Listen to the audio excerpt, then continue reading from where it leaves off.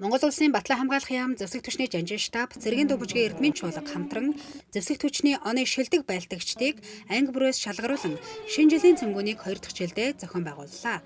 Цэнгүүний арга хэмжээнд Монгол улсын Батлан хамгаалахын сайд энх болд зэвсэг түвшний жанжин штабын 1-р орлогч дарга хошууч генерал Сүхбат төрлийн цэргийн командлагчид хүндэтгэн ирж оролцлоо.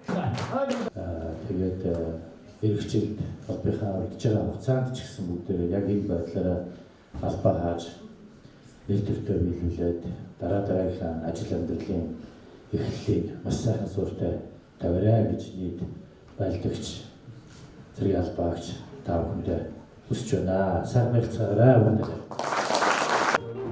Энэхүү шилдэг дайчдын шинэ жилийн арга хэмжээнд зэвсэг түвшний нийт 22 ангиас сурлага, сахилга бат, ажил хөдөлмөр, амжилт бүтээл, авиас бэлгээрээ шалгарсан 14 гэрээт цэрэг, 41 хугацаа цэргийн алба хаагчид, нийт 55 дайчид хамт алба хааж буй нөхдөө манлайлан оролцсон юм. Энэ ховорхон тохиолдолд зэвсэг түвшний жанжин штабын 1-р орлогч дарга Хошууч генерал Сүхбат даргатайгаа нэг ширээнд сууж байгаа. Имэйлттэй байна уу? Тийм, нэг л имэйлттэй. За цаашдаа одоо бас манай хугацаа цэргийн албаагчид бол гэрээ цэргийн албаагчид бол бүтээн байгуулалтын ажилд бол нэлээдгүй хэмжээр оролцож байна.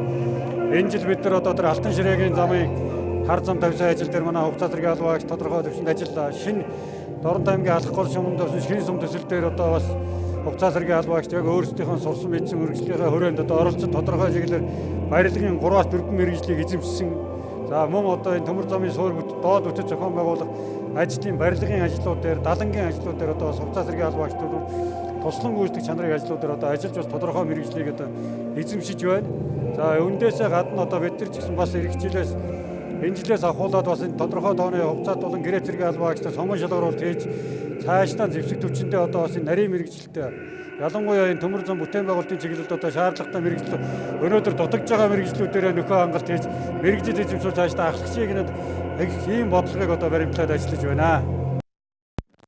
Оны шилдэг, төрөвч, байлдагч, гэрээ цэрэг шалгаруулах энэхүү цэнгүүнийг эрэх жилээс илүү өргөн хэмжээнд ёслол төгөлдөр тэмдэглэж байхаа салбарын сайд энэ үеэр илэрхийлсэн.